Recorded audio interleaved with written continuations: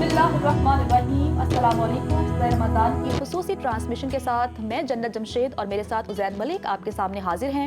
नाजरीन, आज 15 रमज़ान मुबारक है। अशरा मग़फ़रत अपनी बरकतों और फजीलतों के साथ जारी है।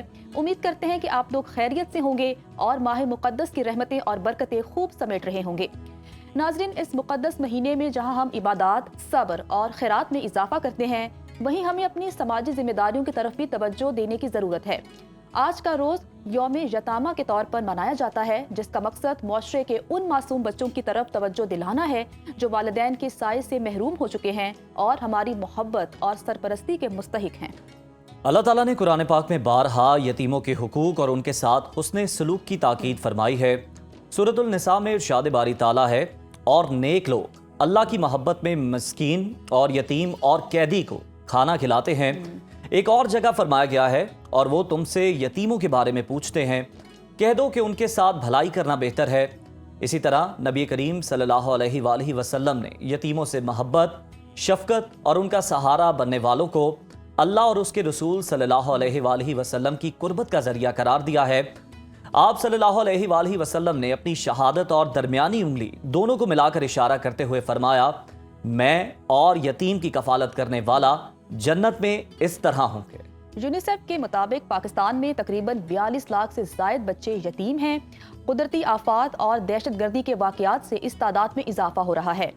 ये वक्त एहसास का है, ये वक्त अमल का है। यतीमों का सहारा बने, उनकी ज़रूरियात पूरी करें, उनके सर पर शफकत का हाथ रखें और उनके दिल में मोहब्बत और तहफ़्फ़ुज़ का एहसास जगाएं। नेकी के इस काम में बढ़ चढ़ कर हिस्सा लें और जन्नत में प्यारे नबी सल्लल्लाहु अलैहि वसल्लम की कुर्बत हासिल करने का जरिया बने। आगे बढ़ते हैं। आज एक और हवाले से भी बहुत मुबारक दिन है। आज वो दिन है जब कायनात हिदायत के एक रोशन चराग की विलादत हुई। आज उनकी विलादत है जिनको सिब्ते पैगंबर कहा जाता है। आज उनकी विलादत है जो शबीह रसूल सल्लल्लाहु अलैहि वसल्लम है। आज उनकी विलादत है जो कौसर की पहली शाख है। आज उनकी विलादत है जो जन्नत के नौजवानों के सरदार हैं। आज उनकी विलादत है जो इल्म व हिकमत के पैकर हैं। आज नवासा रसूल जिगर गोशा बतूल रजी अल्लाह ताला अन्हा, फर्जंदे हैदर करार रजी अल्लाह ताला अन्हो, हजरत इमाम हसन मुश्तबा रजी अल्लाह ताला अन्हो की विलादत बासादत का दिन है। हमारी तरफ से, हमारी पूरी टीम और सुनो न्यूज़ की तरफ से जहां जहां पर भी हमें देखा जा रहा है, सुना जा रहा है, तमाम देखने वालों को, नाजरीन को हजरत इमाम हसन मुश्तबा रजी अल्लाह ताला अन्हो की विलादत बासादत बहुत बहुत मुबारक।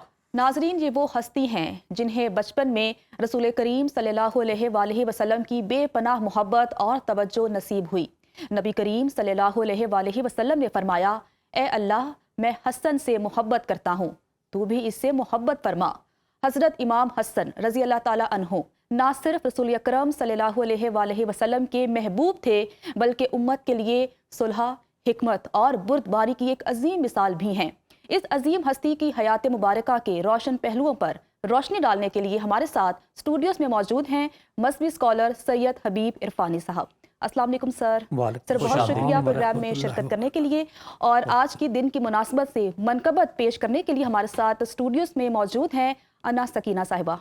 अस्सलाम वालेकुम, आप कैसी हैं? अच्छा, सबसे पहले हबीब इरफानी साहब, मैं आपकी तरफ आऊँगी। आज के दिन के हवाले से ही हम बात करेंगे। हज़रत इमाम हसन की आज विलादत का दिन है। उन्हें सिब्ते रसूल कहा गया है। उन्हें जन्नत के नौजवानों के सरदार का रुतबा मिला है। नबी करीम सल्लल्लाहु अलैहि वसल्लम के साथ उनका ताल्लुक़ कैसा था और उम्मत के लिए क्या पैगाम है? देखिए, इमाम हसन मुज्तबा अलैहिस्सलाम 3 रमज़ान में, 3 हिजरी में रमज़ान, 3 हिजरी का रमज़ान, उसमें वलादत मुबारक हुई। नबी करीम सल्लल्लाहु अलैहि वसल्लम तक जब ये इतला पहुंची तो आप फ़ौरन सैयदा खातून जन्नत सलामुल्लाह अलैहा के यहाँ पहुँचे और पूछा।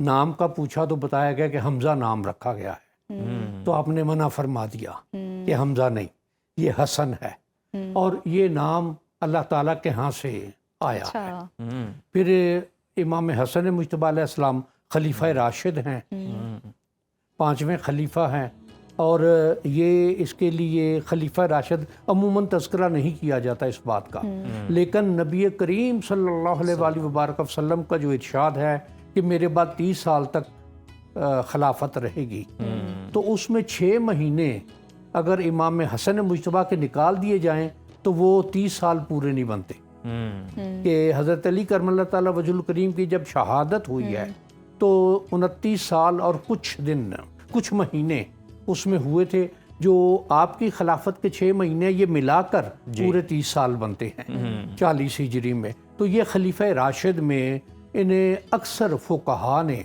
शामिल किया है कि ये खलीफा राशिद हैं।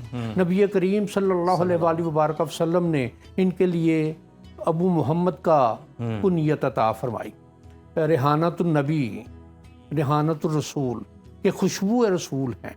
आपके बारे में ये भी है कि आपका ऊपर का धड़ नबी करीम सल्लल्लाहु अलैहि वसल्लम से बहुत मुशाबे था और निचला धड़ हज़रत अली करमल्लाहु ताला वजहुल करीम से। और ये कि जो नबी करीम सल्लल्लाहु अलैहि वसल्लम का जो हदीस मुबारक का तज़किरा किया आपने कि आप कंधे पर उठाए हुए जा रहे थे, तो किसी ने कहा कि कितना अच्छा सवार है, तो सवारी कितनी अच्छी मिली है, सवारी कितनी अच्छी मिली है। तो नबी करीम सल्लल्लाहु अलैहि वसल्लम ने इरशाद फरमाया सवार को भी तो कहो वो कितना अच्छा है। ये इस तरह से। और एक वाक़या है कि आप खुतबा इरशाद फरमा रहे थे, इमाम हसन मुजतबा तशरीफ़ लाए मस्जिद में, तो कपड़े में आपका पाँव अड़ा तो आप मिंबर से नीचे उतर आए, खुतबा मौकूफ़ कर दिया, आपको उठा के सीने से लगाया और फिर दोबारा पास बिठा के खुतबा शुरू किया। जिस तरह आपने ये कि ताल्लुक़ के एक मौके पर नबी करीम सल्लल्लाहु अलैहि वसल्लम नमाज अदा फरमा रहे थे तो सजदा बहुत लंबा हो गया। सहाबा कराम ने बाद में तज़किरा किया, हम तो ये समझे थे कि शायद वही की आमद शुरू हो गई। तो इरशाद फरमाया कि नहीं, हसन मेरे कंधे पर सवार हो गया था तो मैंने पसंद नहीं किया कि मैं उसको नीचे उतारूं, जब वो खुद उतरा तो फिर मैं सजदे से उतरा। सर, आज हम इमाम हसन का जिक्र कर रहे हैं, जिस तरह से आपने भी अपनी गुफ्तगू के आगाज़ में फरमाया कि बड़ा कम जो है वो जिक्र किया जाता है खिलाफत में, जो उनका रोल था, जो उनका टेन्योर था। सर, उस बारे में ज़रा बताइएगा कि वो कैसा उनका दौर था और उस दौर में दीन इस्लाम की किस तरह से खिदमत हुई, ज़रा ये भी लोगों तक बात पहुँचाइए। देखिए, इसमें ये थोड़ा सा बयान करना मुश्किल हो जाता है। वो टन्योर जो है कि जिस तरह हज़रत अली करमल्लाहु ताला वजहुल करीम का टन्योर रहा, किसी ने आपसे सवाल किया कि क्या वजह है कि आपसे पहले जो खुलफा थे उनके अदवार बड़े पुरसकून थे, तो आपने इरशाद फरमाया कि उनके मुशीर हम लोग थे, हमारे मुशीर तुम लोग हो। तो मैं ये इस रेफरेंस में कि आपने 6 महीने खिलाफत फरमाई है और बहुत खूबसूरत, और इमाम हसन मुजतबा अलैहिस्सलाम हिल्म, इल्म, बुर्दबारी, हिकमत, ये नबी करीम सल्लल्लाहु अलैहि वसल्लम से आप तक में आई। जाहिर है कि तरबियत में थे, आपकी जो नजाबत, शराफत और जो खुला हाथ होना जी, वो सईदा खदीजतुल कुबरा रज़ियल्लाहु ताला। सर, ये सखावत का भी जो पहलू है ना, इस पर भी हम बात करेंगे। और यकीनन जिस तरह से आपने जिक्र किया कि उन्होंने फिर अपना तख्त भी छोड़ दिया दीन इस्लाम के लिए, और ताकि किसी किस्म का कोई रिफ्ट ना पैदा हो, और इसलिए उन्होंने अपना तख्त भी छोड़ा। हम सखावत के पहलू पर भी बात करेंगे, लेकिन अभी अना सकीना साहिबा हमारे साथ मौजूद हैं। आज के दिन की मुनासबत से वो मनकबत पेश करेंगी। बिस्मिल्लाह अना साहिबा। नूर वाला है नामो निशाने हसन, नूर वाला है नामो निशाने हसन, नूर वाला है नामो निशाने हसन, कितना ज़ीशान है खानदाने हसन, कितना ज़ीशान है खानदाने हसन। क्या दलील इससे बढ़ कर हो औसाफ की, क्या दलील इससे बढ़ कर हो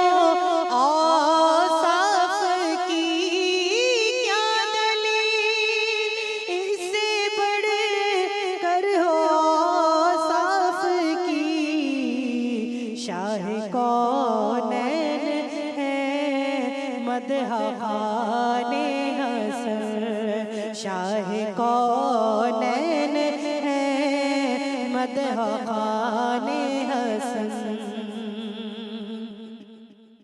ज़ेबे गुलदस्ताए पंजतन आप है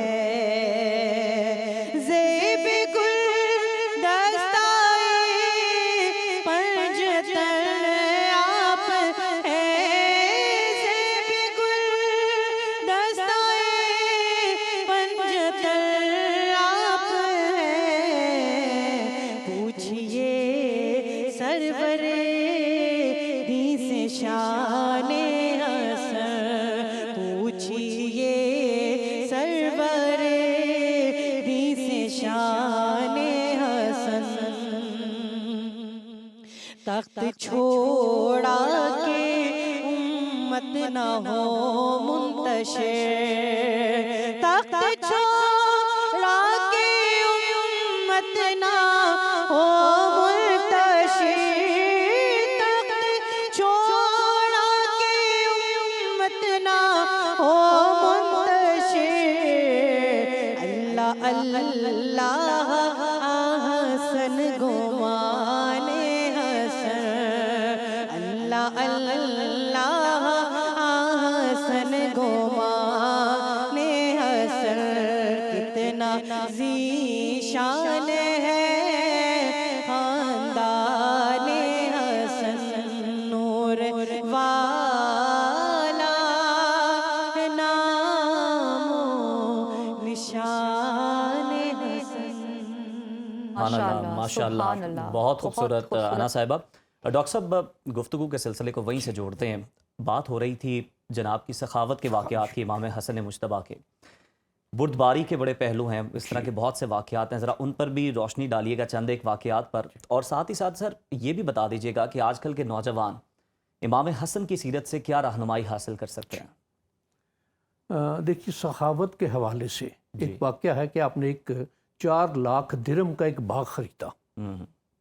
कुछ वक्त के बाद पता चला कि वो फ़रोख्त कुनिंदा जो है वो गरीब हो गया है। आपने बग़ैर कोई पैसा लिए वो बाग उसको वापस कर दिया। या एक और वाक़े में जी। एक शख्स आके सवाली हुआ, तो उस वक्त आपके पास 50,000 दिरहम और 500 अशरफियाँ थी, और जो उसको उठाने के लिए, उसके घर तक पहुंचाने के लिए जी। जो शख्स आया, उसका जो मुआवजा था वो भी इमाम हसन मुज्तबा अलैहिस्सलाम ने दिया। हाँ।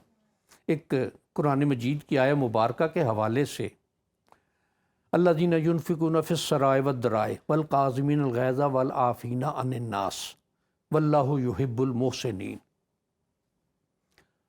सूरह आल इमरान की आया मुबारका है।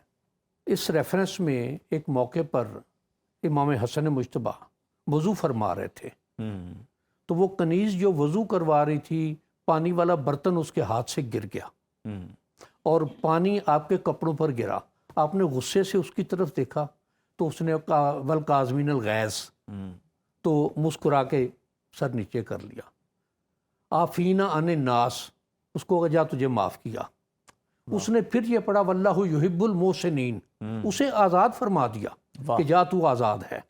ये आपकी तरबियत का भी असर है कि नानी मोहतरमा जो हैं सैयदा खदीजतुल कुबरा रज़ियल्लाहु ताला अन्हा और नबी करीम सल्लल्लाहु अलैहि वसल्लम की ज़ात, कि जो कुछ उसमें आपके पास आता जाता था आप फरमात, और यही इमाम हसन मुज्तबा अलैहिस्सलाम का मामूल रहा।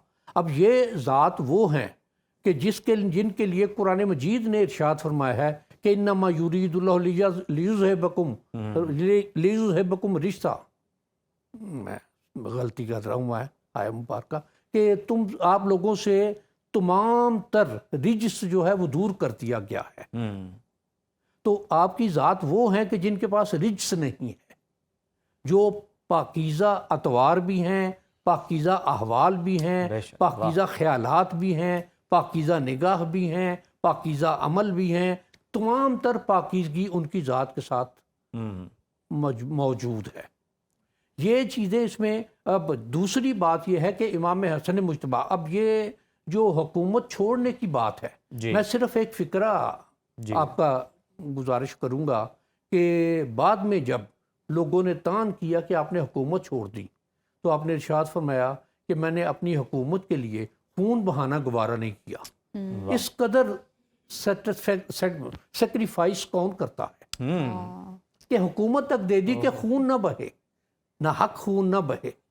अब ये है कि जो आपकी सीरत पाक है, जो आपके मामलात हैं, जिस तरह से आपने ज़िंदगी गुजारी है, जिस तरह से आपने अमल किए हैं, जिस तरह से अपने वालिद ग्रामी मौलाए कायनात के साथ अमल रहा, जिस तरह अपने बरादर ग्रामी बरादर अजीज़ जो हैं इमाम हसन इमाम हुसैन अलैहिस्सलाम, उनके साथ जिस तरह से, वो यकीनन आपकी सीरत पाक का मुतालिया करना चाहिए।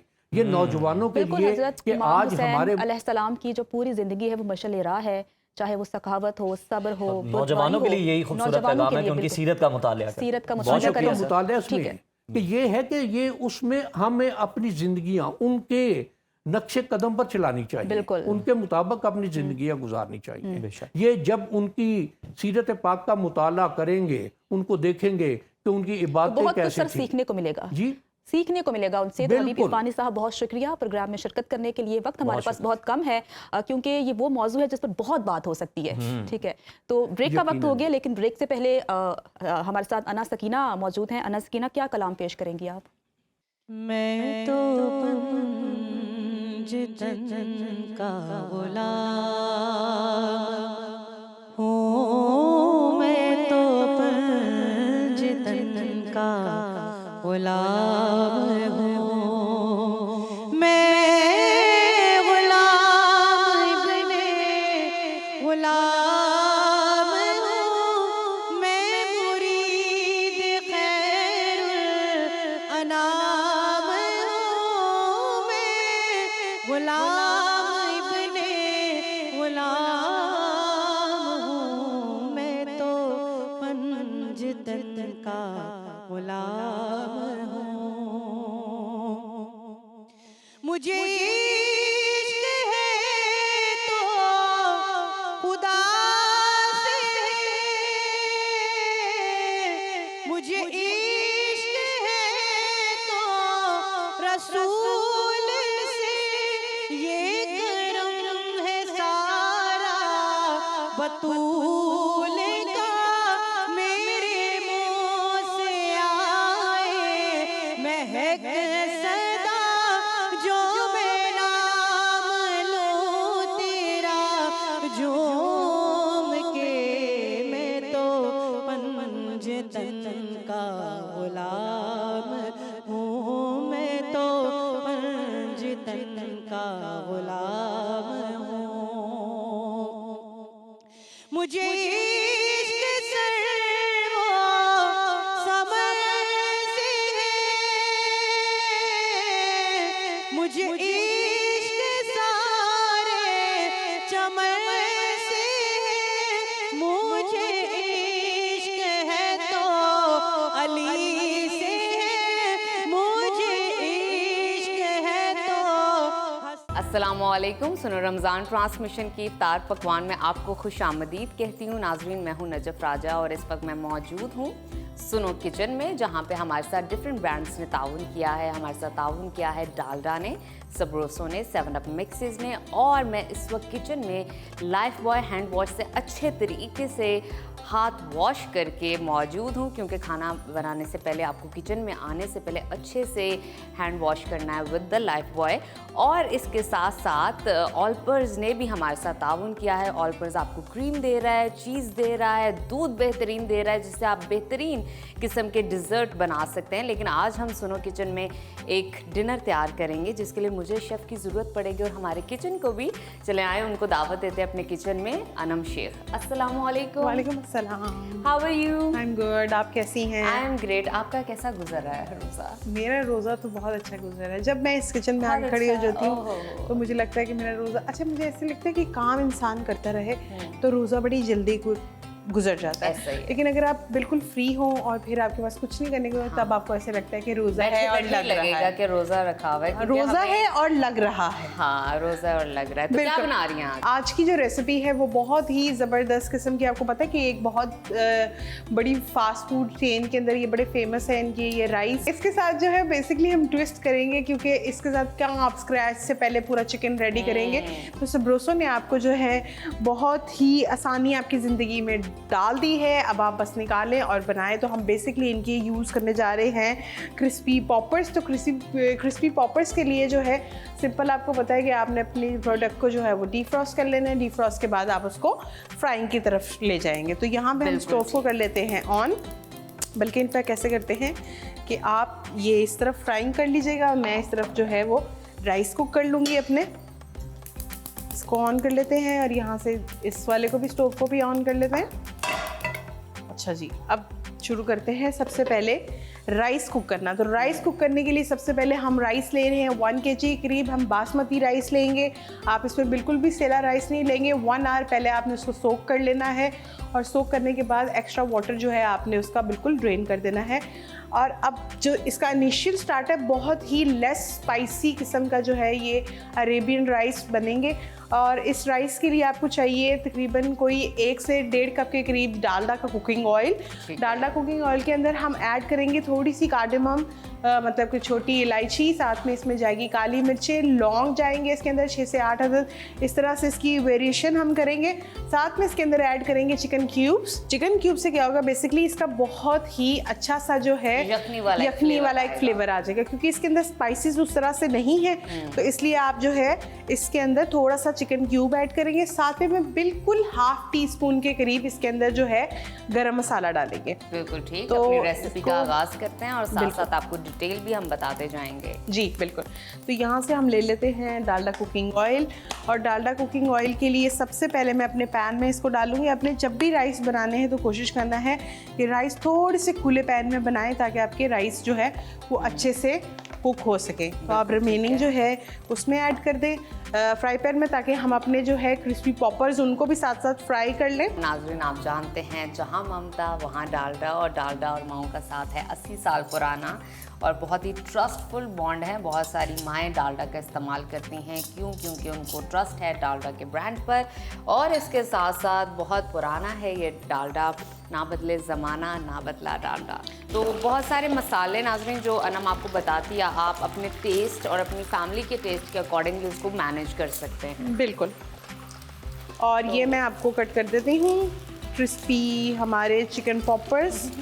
और आप इसको जो है जब आपका ऑयल गर्म हो जाएगा आप इसके अंदर इसको डाल बिल्कुल, लीजिएगा। ठीक है। अब ये और हल्का सा जो है इसके अंदर सिजल आना स्टार्ट हो गया है। इफ्तार की महफिल अधूरी लग रही है। एक और कप चपाल दानेदार का भी इंतजाम कर लें। बस कुछ देर और फिर इफ्तार के बाद चाय का पहला घूंट लेने का मजा ही कुछ और है। और अब मैं क्या करूँगी कि इसके अंदर ये चिकन क्यूब्स ऐड कर दूँगी। ये चिकन क्यूब चली जाएंगे इसके अंदर। साथ में हम इसके अंदर ऐड करेंगे थोड़ा सा पानी, ताकि चिकन क्यूब्स का बेसिकली जो है वो इजीली इसके अंदर पक सके। इस तरीके से, ताकि अगर आप क्यूब्स को इस तरह से नहीं करेंगे तो वो इवनली आपके चिकन के जो मतलब खाना है उसमें स्प्रेड नहीं होंगी, फिर कहीं पे बहुत ज़्यादा चिकन क्यूब का फ्लेवर आएगा। इसलिए ये प्रोसीजर करना बहुत ज़रूरी है। अच्छा जी, अब चिकन क्यूब्स के बाद हम इसके अंदर ऐड करेंगे थोड़ा सा गरम मसाला, बिल्कुल ½ टीस्पून के करीब। इसमें जाएगा सॉल्ट टू टेस्ट। आप क्योंकि चिकन क्यूब भी हमने ऐड किया है, लेकिन हम थोड़ा सा सॉल्ट तकरीबन 1 टीस्पून के करीब जो है मैं इसमें सॉल्ट ऐड करूँगी। थोड़ी सी वाइट पेपर इसके अंदर जाएगी फ्लेवर के लिए। और उसके बाद जो है हम इसको 1 से 2 मिनट सिर्फ कुक करेंगे। और कुक करने के बाद जो हमारे सोक्ड राइस हैं हम वो इसके अंदर ऐड करके पानी डाल के कवर करके रख देंगे। ये हमारे सोक्ड राइस हैं, ये तकरीबन 1 kg के करीब राइस हैं। ये हम इसके अंदर ऐड करेंगे। साथ में हम इसके अंदर ऐड करेंगे पानी जितना हमें रिक्वायर्ड होगा। तो साथ साथ देख लेते हैं कि हमें कितने पानी की ज़रूरत है और फिर हम इसको कवर कर देंगे। मीनवाइल इसके अंदर बबल आएगा तो मैं इसके अंदर ऐड कर दूंगी शिमला मिर्च तकरीबन 1 से 2 अदद। और साथ में इसके अंदर ग्रीन चिलीज़ जाएंगी 4 से 5 अदद के करीब। अकॉर्डिंग टू आपका फ्लेवर, अगर आपको कम मिर्चें पसंद हैं तो आप कम मिर्चें इसके अंदर ऐड कर ले, अगर आपको ज़्यादा मिर्चें पसंद है तो यखनी वाला ही कलर आ गया ना इसका, यखनी बहुत वाला cubes कलर की वजह जी, से। क्यूब्स की वजह से। लेकिन जब ये राइस बनेंगे तो ये बिल्कुल वाइट कलर के राइस होंगे, इसमें है। कोई भी कलर नहीं होगा। लेकिन हम थोड़ा flavor होगा सा उस जी चीज़ फ्लेवर होगा, और हम इसके अंदर थोड़ा सा जो है वो बेसिकली येलो फूड कलर हम ऐड करेंगे इसके अंदर। तो बिल्कुल थोड़ा सा और पानी डलेगा, दैट्स इट। आपको बताते चले ऑलपर्स आपको 100% गुडनेस ऑफ मिल्क देता है। हाइजेनिकली पॉइंट ऑफ व्यू से भी आप अपनी सुबह को बेहतरीन बना सकते हैं विद द ऑलपर्स मिल्क, और इसके साथ साथ ऑलपर्स जो है आपको फ्लेवर्ड मिल्क भी प्रोवाइड कर रहा है। और अब हम इसको कवर कर देंगे अच्छी तरीके से। ये 8 से 10 मिनट में जो है हमारे राइस का पानी ड्राई हो जाएगा। उसके बाद मैं हाफ क्वांटिटी जो है राइस की निकालूंगी, बिल्कुल लाइक एक ये वाला चम्मच एक निकालूंगी, और उसमें थोड़ा सा येलो फूड कलर ऐड करूंगी और इसको इसके ऊपर रख दूंगी, और फिर हम इसको दम लगा देंगे। मीनवाइल जो है हमारे चिकन पॉपर्स जो है वो फ्राई हो रहे हैं। अब एक सॉस रेडी करेंगे, और उस सॉस के लिए हमें चाहिए गार्लिक और जिंजर बिल्कुल मिक्स्ड। उसके बाद इसमें केचप जाएगी, विनेगर जाएगा, सॉल्ट जाएगा। बेसिकली हम एक वियतनाम सॉस जो कि आपके राइस के साथ जो है बड़ा कॉम्प्लीमेंट करती है। ऑलमोस्ट हमारे जो राइस हैं बॉईल हो रहे हैं, नियर टू आई गेस पक रहे हैं। जी बिल्कुल पक right? रहे हैं। अब हाँ। इसके अंदर से मैं सबसे पहले क्या करूंगी कि हम येलो फूड कलर ले लेते हैं। मैं एक मिनट कलर डालेंगे ताकि जी। एक थोड़ा सा येलो कलर उस पर Exactly. नुमाया हो जाए। अब मैं इसके अंदर से थोड़ा सा बिल्कुल एक इतना सा पोर्शन जो है राइस का निकालूंगी, ओके, ठीक है, और हम इसको निकाल कर उस पर कलर डालेंगे जी बिल्कुल, एंड देन उसको मिक्स कर देंगे इसके अंदर। इसके ऊपर रख देंगे, और फिर हमने इसको दम पे लगा देना है। अच्छा। राइस को हमने इसको मिक्स नहीं करना, मिक्स हम तब करेंगे जब हम इसको दम से हटा देंगे। तो तकरीबन जो है मैं इसके ऊपर थोड़ा सा लाइक हाफ टी स्पून के करीब जो है वो येलो फूड कलर ऐड कर रही हूँ। और उसके बाद अगर आप मुझे वो स्पून दे दें प्लीज़। जी जरूर। Thank you. और इसको अच्छी तरीके से mix करेंगे करके। मिक्स। और बेसिकली हमें अपना जो येलो राइस है वो बिल्कुल थोड़े से चाहिए, हमें ज़्यादा क्वांटिटी में येलो राइस नहीं चाहिए।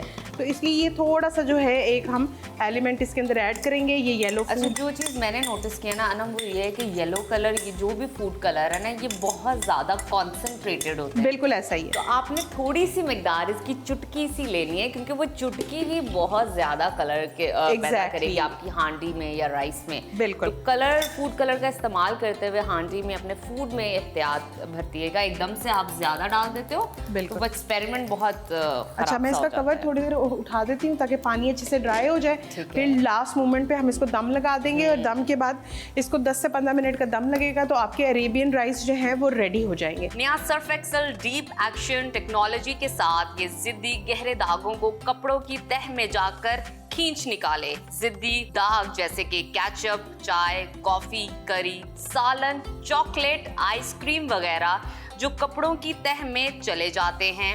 नया सर्फ एक्सेल अपनी डीप एक्शन टेक्नोलॉजी के साथ इन जिद्दी गहरे दागों को कपड़ों की तह से खींच निकालता है।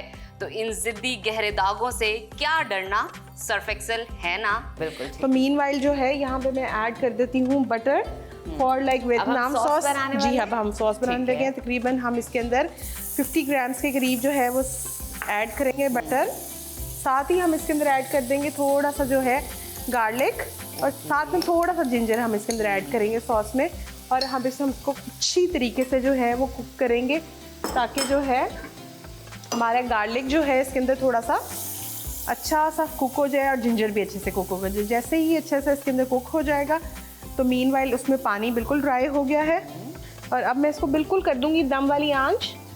मुझे बटर मेल्ट होते हुए बहुत ही अच्छा लगता है, और गार्लिक के साथ फिर उसका जो एक अरोमा क्रिएट होता है, बहुत ही मज़ेदार किस्म का बिल्कुल। होता है। अच्छा, अब मैं इसके ऊपर थोड़ा सा जो है टिश्यू को वेट करके, क्योंकि उसके अंदर एक पोर्शन है जहाँ से उसकी फ्लेम निकल सकती है, तो हम इसको जो है यहाँ से कवर कर देंगे। ठीक है। और इसको दम वाली आंच पे मैंने लगा दिया है। अब 10 से 15 मिनट इसको दम करेंगे अच्छे से, और आपके जो है अरेबियन राइस रेडी हैं। हॉट शॉट्स यहाँ पे रेडी हैं, और यहाँ पे जो है अब जैसे ही गार्लिक हमारा थोड़ा सा ब्राउन हो जाएगा तो हम इसके अंदर जो है केचप ऐड करेंगे। इसमें सीजनिंग जाएगी, साथ में शुगर जाएगी इसके अंदर, इसमें जो है विनेगर जाएगा। डालकर अच्छी तरीके से इसको कुक करेंगे, और कुक करने के बाद जो है आप इसको अपने राइस के साथ इंजॉय कर सकते हैं। अच्छा जी, सॉस में जो है गार्लिक हमारा और जिंजर बिल्कुल हो गया है। इसमें थोड़ा सा पानी ऐड करेंगे ताकि जो है कुकिंग स्टॉप हो जाए। ठीक है जी, अब हम इसके अंदर ऐड करेंगे 2 से 3 टेबलस्पून केचप के। साथ में हम इसके अंदर ऐड करेंगे 1 कप के करीब जो है स्वीट चिली सॉस। अच्छा, इसी की ही बेसिकली सारी जो है ना वो मतलब आप कह लें कि एक फ्लेवर की गेम जो है वो स्वीट स्वीट चिली सॉस से ही उठेगी। अब आ जाती है बारी, अच्छी तरीके से आपने मिक्स इसको करना है क्योंकि इसके अंदर जो है वो थोड़ा सा ये शुगरी साइड के ऊपर होता है, तो फिर उसको मिक्स करना जो है थोड़ा सा आपको ज़रूरी है। थोड़ा सा वाटर और ऐड करेंगे इसके अंदर। अब साथ ही हम इसके अंदर ऐड कर देंगे स्पाइसेस के अंदर इसके अंदर जाएगी। अच्छा, इसके अंदर जो है ये कुटी हुई जो लाल मिर्च होती है वो थोड़ी ज़्यादा क्वांटिटी में जाती है। आपने देखा होगा कि वियतनाम सॉस जो साथ में मिलती है उसके अंदर जो चिली होती है, जी उसके अंदर चिली होती है। साथ में इसमें थोड़ा सा सॉल्ट जाएगा टू टेस्ट। साथ में हम इसके अंदर ऐड करेंगे black pepper, red chilli powder और साथ आप मिक्स करते हैं उसको। और इसके अंदर हम ऐड करेंगे विनेगर। अच्छा, विनेगर बेसिकली हम इसके अंदर इसलिए ऐड कर रहे हैं कि इसको थोड़ा टाइम के लिए प्रिजर्व करने के लिए। और साथ में हम इसके अंदर ऐड करेंगे शुगर, तकरीबन 1 टेबलस्पून के करीब। अब हम इसके अंदर थोड़ा सा पानी डालेंगे ताकि ये थोड़ी सी कुक हो जाए अच्छे से। और अब हम इसकी कंसिस्टेंसी बनाने के लिए हम इसके अंदर ऐड करेंगे थोड़ा सा कॉर्नफ्लावर ताकि ये थोड़ी थिकर साइड की तरफ जो है हमारी सॉस वो चली जाए। नया विम बार मामूली बार के मुकाबले में निकाले चिकनाई आसानी से लीमू और नमक की डबल पावर के साथ। नया विम बार से चिकनाई का मुकम्मल खात्मा और नया विम बार चले और भी ज्यादा। ये कॉर्नफ्लावर ले लेते हैं हम और उसके अंदर मैं पहले 2 टेबलस्पून कॉर्नफ्लावर ऐड करके देखेंगे। अगर हमें और की ज़रूरत पड़ेगी तो हम इसके अंदर और कॉर्नफ्लावर ऐड कर लेंगे। तो इसके अंदर कॉर्नफ्लावर की स्लरी हम डालेंगे। सिंपल आपने थोड़ा सा पानी लेना है, अच्छी तरीके से कॉर्नफ्लावर को मिक्स कर लेना है। दूसरी साइड भी हमारे राइस दम पे लगे हुए हैं, क्रिस्पी पॉपर्स हमारे पास फ्राई हो गए हैं। अब बारी है सिर्फ असेंबलिंग की, तो अब आप इसको स्टर करती जाएं साथ साथ। ठीक है, देखते हैं इसकी थिकनेस कितनी। और आप ये देखिएगा कि जब इसके अंदर थोड़ी सा कॉर्नफ्लावर डल जाएगा तो इसकी एक जो शक्ल बड़ी खूबसूरत सी निकल कर आएगी।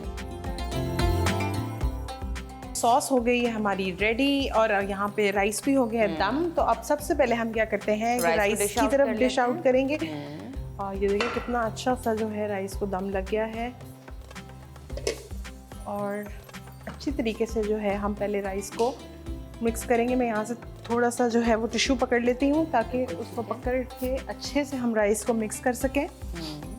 अब आप ये देखें, ये राइस हमारे कितने खिले खिले बने हैं। बिल्कुल ऐसे ही, और खुशबू बहुत अच्छी आ रही है। और ये देखें, कुछ येलो राइस हैं, कुछ वाइट राइस हैं। हमें बेसिकली यही, अगर हम इसी तरीके से जो है पूरी डिश में डाल देते तो हमारी पूरी राइस जो है वो येलो हो जाने थे। तो इसलिए हमें मिक्स एंड मैच जो है वो बेसिकली कलर चाहिए अपनी रेसिपी का।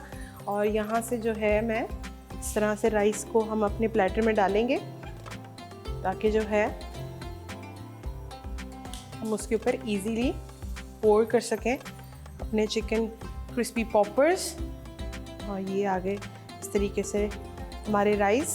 और अब इसको करते हैं थोड़ा सा सेट डिश के अंदर ताकि जो है अब मैं इसके ऊपर क्रिस्पी पॉपर्स रखूँगी। और उसके बाद हम इसके ऊपर ऐड करेंगे जो हमने सॉस रेडी की है, जो कि है वियतनाम सॉस। बेसिकली हर नेकी का पहला कदम लाइफ बॉय से हाथ धोना। इस पे आएंगे अब क्रिस्पी पॉपर्स। एक और भी ऑप्शन है कि आप उसको राइस के अंदर मिक्स भी कर सकते हैं। राइस के अंदर, हाँ, लेकिन वो उससे क्या होता है कि वो थोड़े सॉफ्ट हो जाएंगे। हाँ, तो ये एक छोटी सी चीज़ है। आप बेशक अपने हिसाब से जैसे भी आपको सही लगता है आप उस तरह से उसको कर सकते हैं। ठीक है। तो इस तरीके से जो है थोड़े से सेंटर में भी ऐड कर देते हैं ताकि थोड़ा सा हमारे जो जगह है वो फिल हो जाए। That's it। एक छोटे वाला यहाँ पे भी कर देते हैं। अब हम क्या करेंगे, अब बारी है इसके ऊपर सॉस ड्रिजल करने की। आप चाहें तो सॉस को ऑन साइड भी रख सकते हैं, आप चाहें तो जो है सॉस इसके ऊपर भी ड्रिजल कर सकते हैं। तो ये आपकी अपनी पर्सनल चॉइस है कि आप इसको कैसे इंजॉय करना चाहेंगे। तो इस तरह जो कमर्शियली जो मिलते हैं वो इसी तरीके से सॉस थोड़ा थोड़ा सा क्या जो है बात है, ऊपर। जबरदस्त, बहुत खूब, बहुत ही बेहतरीन किस्म की खुशबू आ रही है इस वक्त। बिल्कुल और दिख भी इस फूड तरीके बहुत से। अच्छा है, प्रॉपर डिनर है आपका। जी फिर बिल्कुल। अवतार। और थोड़ा सा इसका कलर ब्रेक करने के लिए हम इसके अंदर ऐड करेंगे थोड़े से जो स्प्रिंग अनियंस होते हैं। इसकी सिर्फ जो है हम ग्रीन पार्ट ऐड करेंगे, यही ले लेते हैं हम। और इसको थोड़ा सा सिर्फ कलर ऐड करने के लिए, आप चाहें तो इसको स्किप भी कर सकते हैं, ये ऑप्शनल है। इस तरीके से हम इसके ऊपर यहाँ पे सेंटर में ऐड कर देंगे। तो हमारे Arabian rice with hot shots जो है वो हो गए हैं रेडी। मज़ेदार से आप इसको एंजॉय करें अपने अफ्तार में, अपने सहर में, या आपकी अपनी पर्सनल चॉइस है। क्या बात है, और बहुत ही बेहतरीन आपने डिनर तैयार किया ना Thank you. हमारे लिए, हमारे नाज़रीन को भी सिखाया कि किस तरह आप डेली बेस पे बेहतरीन फूड तैयार कर सकते हैं अपनी फैमिली के लिए और उन्हें खुश कर सकते हैं। तो ये था हमारा आज का इफ्तार पकवान। उम्मीद है आपको पसंद आया होगा। अपने फीडबैक से ज़रूर आगाह कीजिएगा, क्योंकि आपका फीडबैक बहुत ख़ास है। हमें मालूम होता है क्या आपको अच्छा लगा और क्या मज़ीद देखना चाहते हैं, सीखना चाहते हैं। अल्लाह हाफ़िज़। तो ब्रेक के बाद आपको सदाए रमज़ान में खुशामदीद कहते हैं। नाज़रीन, रमज़ान में हमारी रूटीन काफ़ी हद तक तब्दील हो जाती है, ख़ास तौर पर नींद का शेड्यूल। सहरी, इफ्तारी, इबादत और रोज़मर्रा की मसरूफियात के दौरान नींद अक्सर कुर्बान करनी पड़ती है। बिल्कुल, और नींद की कमी के असरात हमारी जिल्द की चमक को भी मुतासर करते हैं। चेहरे पर थकन, सूजन और डार्क सर्कल्स नुमाया हो जाते हैं और स्किन की हाइड्रेशन भी बहुत हद तक मुतासर होती है।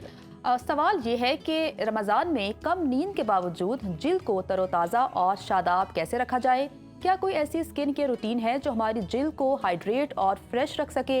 यही सब जानने के लिए इस वक्त स्टूडियोज में हमारे साथ मौजूद हैं डर्मेटोलॉजिस्ट डॉक्टर किंजा आफ्ताब साहिबा। अस्सलाम वालेकुम, कैसी हैं आप?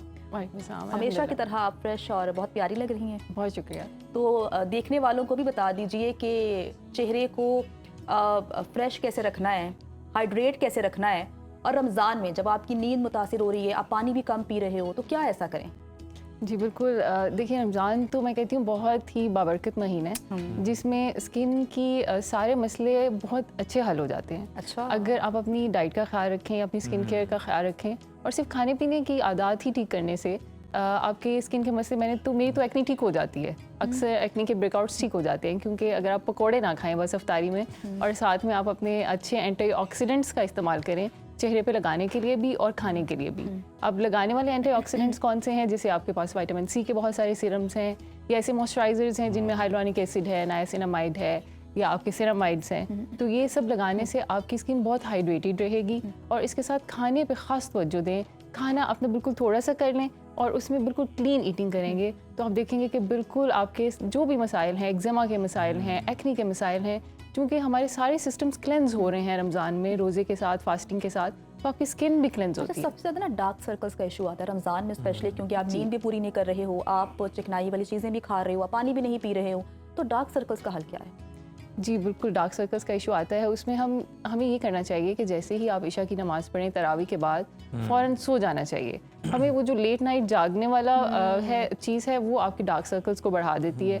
और जब आपकी नींद पूरी नहीं होती, हमारी बॉडी की रिक्वायरमेंट है कम से कम 6 to 8 आवर्स आपके स्लीप के होने चाहिए। अगर वो आपको कॉन्टीन्यूसली नहीं मिल पाते तो एक सोजन डेवलप हो जाती है, इन्फ्लेमेशन डेवलप हो जाती है आपके जिस्म के अंदर।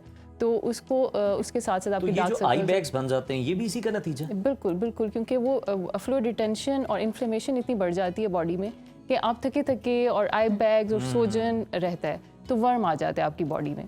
तो इसलिए हमेशा अपनी रूटीन थोड़ी सी सेट रखें। कम से कम 6 आवर्स की स्लीप आपकी नाइट की होनी चाहिए, और कोशिश करें सहरी खा के सोएं मत। आप अपनी तिलावत करें, कुछ चहलकदमी करें हल्की फुल्की, और उसके बाद बच्चों को स्कूल भेजने के बाद आप थोड़ा सा रेस्ट कर सकते हैं। लेकिन ये किस तरह से मुमकिन हो सकता है कंजा? लोग आजकल, आपको पता है ट्रेंड आप समझ लें कि वो जाग रहे होते हैं सारी रात के, जनाब सहरी करके सोएंगे। जब सहरी तक वो पहुंचते हैं ना, फिर उसके बाद उनकी कोशिश होती है कि फौरन नमाज पढ़ते ही सो जाए, तो उसके बाद उनके लिए जागना बड़ा मुश्किल हो जाता है। जी बिल्कुल, लेकिन ये स्कूल गोइंग बच्चों ने मैं तो ऐसे नहीं कर सकती, क्योंकि मेरे बच्चे स्कूल गोइंग हैं। तो हम क्या करते हैं कि जैसे 9 o'clock होते हैं तो बेड टाइम है, सबका लाइट्स आउट, तो 9 o'clock से 4 o'clock तक एक सोने के 6 hours हमें मिल जाते हैं। तो इसी बात पे मैं फोकस कर रही हूँ कि आप अपने आप को उस रूटीन का हिस्सा जैसे बनाएं। कहा भी जाता है कि जो सबसे बिल्कुल अच्छी नींद है वो 9 से 4 है। 9 से 4 है बिल्कुल, क्योंकि मेलाटोनिन रिलीज़ होते हैं बच्चों में, खासतौर पे ग्रोथ हार्मोन्स कहते हैं कि 9 o'clock पे रिलीज़ होते हैं। अगर उसके पहले बच्चे नहीं सोएंगे तो बेशक उनके कद में, उनकी ग्रोथ में बहुत ज़्यादा मैं तो कंजा ये सोच रहा हूँ, आपने कहा ना 9 to 4 हमारी भी रूटीन है, तो मैं सोच रहा हूँ 4 बजे उठ के सहरी तैयार करना और सहरी खा भी लेना, ये किस तरह से मुमकिन है इतने कम वक्त में? जी, अगर आप सहरी को बहुत सिंपल रखें तो खाना मुमकिन है। जैसे अगर आपने पहले भी कहा, बिल्कुल सिंपल रखना तो चाहिए। सिंपल में क्या होना चाहिए? देखें, सिंपल से ऐसे है कि दही का इस्तेमाल होना चाहिए। दही के अंदर ही आप कुछ फ्रूट्स काट के डाल लें, कुछ नट्स का इस्तेमाल कर लें, तो वो एक कंप्लीट सहरी है। उसके साथ आपको कुछ और लेने की ज़रूरत नहीं है, क्योंकि हमें एंटीऑक्सीडेंट चाहिए और साथ में दही में फैट्स भी हैं, प्रोटीन्स भी हैं, आपको हाइड्रेटेड भी रखेगा। और दही की एक प्याली का इस्तेमाल सुबह सहरी में सारे दिन के लिए आपको भूख प्यास से तो बचा दही लेता है। स्किन के लिए कैसा, अगर हम स्किन पे दही लगाएं, अगर आपकी ड्राई स्किन है तो? बिल्कुल लगा सकते हैं, लेकिन मेरा ख्याल है कि आप खा लें जो तो खाते ज़्यादा हैं वो स्किन बेहतर पे है। आ जाता है। अच्छा। तो आपकी स्किन वही तो है कुछ जो लोग आप होते हैं खाते को हैं। दही पसंद नहीं होता, तो वो कहते हैं कि अगर इसके बहुत फायदे हैं तो हम लोग चेहरे पे लगा लेते हैं। नो? ठीक है, लगा सकते हैं, लेकिन उतना फ़ायदेमंद नहीं हो सकता अच्छा। जितना खाने से आएगा। ओके। अच्छा कंजा हमें ये बताएं कि जो ये नींद की, अब हम इम्पोर्टेंस की भी बात कर रहे हैं, अगर कोई शख्स नींद पूरी नहीं ले रहा और नींद की कमी है तो फिर एजिंग का अमल भी शुरू हो जाता है उसमें बहुत जी ज़्यादा? बिल्कुल बिल्कुल, अगर लॉन्ग टर्म ये सिलसिला चलता रहे, और ख़ास तौर पे आजकल एक हम बहुत ज़्यादा चीज़ देख रहे हैं, टेक नेक है कि गर्दन पे 20, 25, 30 साल की उम्र में लाइंस का आ जाना जी। बहुत कॉमन है कि हम हर वक्त इस तरह करके फ़ोन देखते रहते हैं लेटे हुए, और इस तरह से हमारी गर्दन जो है वो मुड़ी हुई होती है। तो मैंने बहुत कॉमनली देखा है कि नौजवान लोगों में टेक नेक यानी नेक पे लाइंस आ रही है, तो वो हम बड़ा कॉमनली ट्रीट कर रहे हैं। अब ये जब एक दफ़ा एजिंग आ जाती है ना, तो उसको आप रिवर्स नहीं कर सकते, उसके इफ़ेक्ट्स को थोड़ा कम किया जा सकता है, लेकिन prevention is always better than cure. तो बहुत अरसे तक अगर जागते रहेंगे तो वो जो वर्म या आई बैग्स बने हैं तो वो परमानेंट हो जाएंगे, उनको फिर सर्जिकली ट्रीट करना पड़ता है, उसका अलावा उसका कोई इलाज नहीं होता।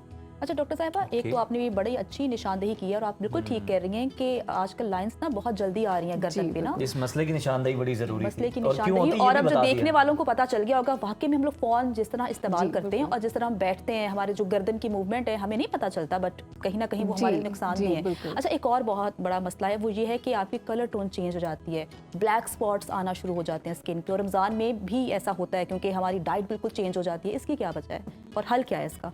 अच्छा, डार्क स्पॉट्स की 2-3 डिफरेंट वजूहात हैं। एक डार्क स्पॉट्स इस तरह से जो एजिंग के साथ आते हैं, उनको हम एज स्पॉट्स भी कहते हैं, ठीक है, उनमें भी, और दूसरे किसी भी किस्म की पिगमेंटेशन में सूरज का बहुत अमल दखल है, सूरज का, और एक हमारी ये LED लाइट्स जो अभी मैं आपके सेट पे भी देख रही हूँ। तो यहाँ पे सन ब्लॉक बहुत ज़रूरी है। हम अक्सर ये समझते हैं कि हम घर में बैठे हैं तो हम सन ब्लॉक नहीं लगाएंगे, या जैसे आप अपनी वर्क प्लेस पे हैं तो आप सन ब्लॉक नहीं लगाएंगे। फ़ोन इस्तेमाल कर रहे हैं तब भी हम सन ब्लॉक लगाएंगे बिल्कुल। अगर आप सन ब्लॉक नहीं लगा रहे तो आप अपनी फ़ोन की सेटिंग्स में जाएं, और वहाँ पे एक ब्लू लाइट फिल्टर होता है, या रीडिंग मोड होता है, या नाइट मोड होता है, उसको आप सेलेक्ट कर लें और उसको ऑन रखें, तो फिर उसमें से वो ब्लू लाइट या ब्लू रेज नहीं निकलेंगी जो आपको पिगमेंटेशन देती हैं। तो हमने ब्लू लाइट फिल्टर लगा लेना है या फिर सनस्क्रीन का इस्तेमाल करना है। अच्छा कंजा, हमें ये भी बताएं कि हम देखते हैं कि लोग डिहाइड्रेट भी हो जाते हैं, पानी की कमी भी हो जाती है रमज़ान में, तो इससे जिल्द पे खुश्की वगैरह के भी मसाइल आते हैं, इस तरह की कंप्लेंट्स आती हैं?